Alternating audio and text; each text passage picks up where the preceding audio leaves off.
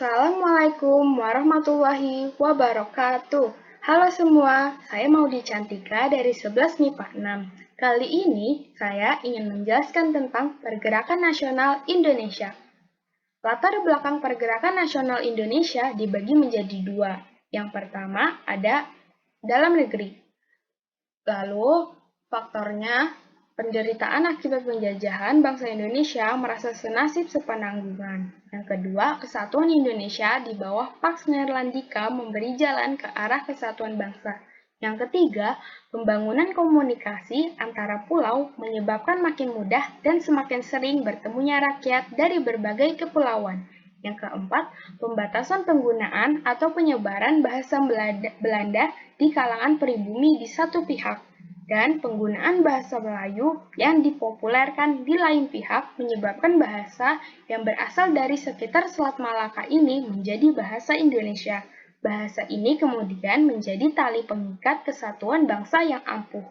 Yang kelima, Undang-Undang Desentralisasi 1903 yang diantaranya mengatur pembentukan kota praja dan dewan-dewan kota praja memperkenalkan rakyat Indonesia akan tata cara demokrasi yang modern.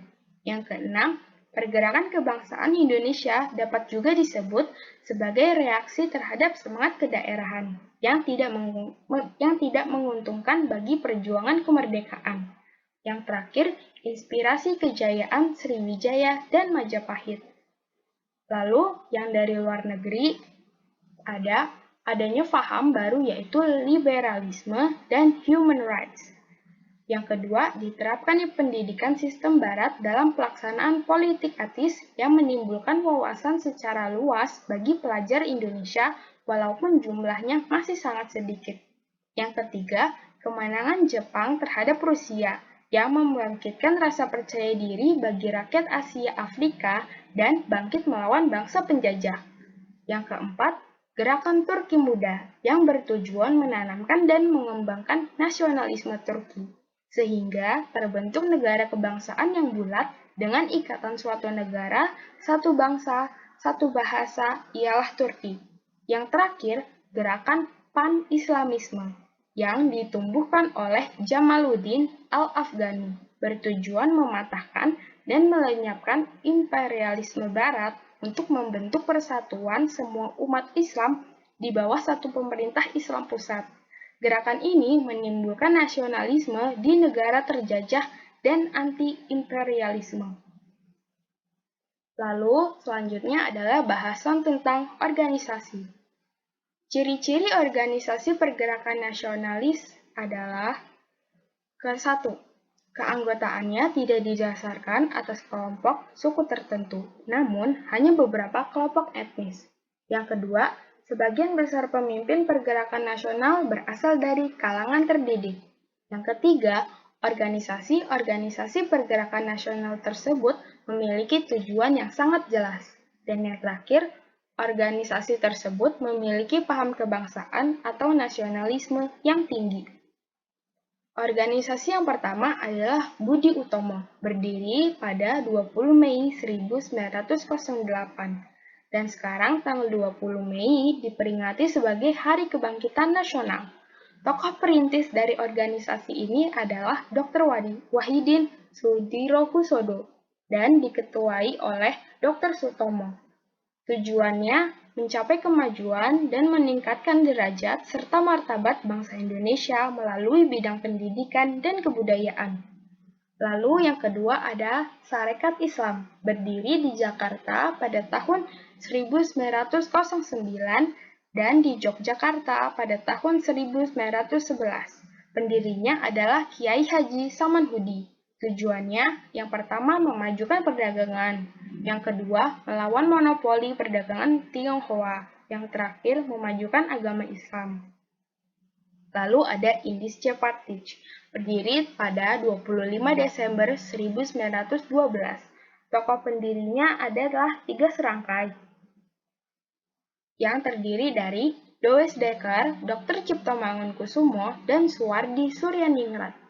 Tujuan organisasinya yaitu mengembangkan rasa nasionalisme dan menciptakan kebersamaan dan persatuan antara orang Indonesia dengan orang Bumi Putra. dan mempersiapkan kehidupan rakyat yang merdeka. Lalu Partai Komunis Indonesia berdiri pada tahun 1914, pendirinya Snevliet dan Semaun. Ketuanya Semaun. Tujuannya menggeser dasar negara Indonesia, yaitu Pancasila dengan komunis. Lalu ada Taman Siswa berdiri pada tanggal 3 Juli 1922. Pendirinya Ki Hajar Dewantara. Tujuannya mendidik dan menggembleng golongan muda serta menanamkan rasa cinta tanah air dan semangat anti penjajahan. Lalu ada Perhimpunan Indonesia, berdiri pada tahun 1908. Pendirinya adalah R.M. Noto Suroto. Dan tokohnya adalah Muhammad Hatta, Ahmad Subarjo, Dr. Cipto Mangunkusumo, Dewes Dekker, dan Suwardi Suryaningrat. Tujuannya mengusahakan suatu pemerintahan untuk Indonesia. Lalu ada Partai Nasionalis Indonesia, berdiri pada 4 Juli 1927. Pendirinya Insinyur Soekarno, Ishak Cokro Hadisuryo, Mr. Sartono, dan Mr. Sunario. Diketuai oleh Insinyur Soekarno. Tujuan organisasinya mencapai Indonesia merdeka. Lalu ada Partai Indonesia, berdiri pada tanggal 1 Mei 1931. Pendiri dan ketuanya adalah Sartono. Tujuannya mencapai Indonesia merdeka dengan menjalankan politik non-kooperasi terhadap pemerintahan Belanda. Lalu ada organisasi keagamaan. Yang pertama, Muhammadiyah. Muhammadiyah didirikan oleh Kiai Haji Ahmad Dahlan pada 18 November 1912 di Yogyakarta. Tujuannya memberikan ilmu agama Islam yang benar dan mengarahkan supaya berkehidupan menurut agama Islam yang benar. Yang kedua, Nahdlatul Ulama. Didirikan di Surabaya pada tanggal 31 Desember 1926 oleh Kiai Haji Wahid Hasyim. Tujuannya memajukan faham ortodok menurut faham Syafi'i, Maliki, Hambali, dan Hanafi. Yang ketiga ada Perkumpulan Politik Katolik Jawi. Didirikan di Yogyakarta pada tahun 1925 oleh Kasimo. Pada tahun 1938, namanya dirubah menjadi Persatuan Partai Katolik Indonesia. Tujuannya adalah berusaha memajukan Indonesia. Yang keempat, Perkumpulan Kristen, didirikan oleh R.M. Noto Sutarso, Mr. Amir Syarifuddin, dan Mr. Sawiji pada tahun 1929. Tujuannya adalah mencapai Indonesia yang merdeka.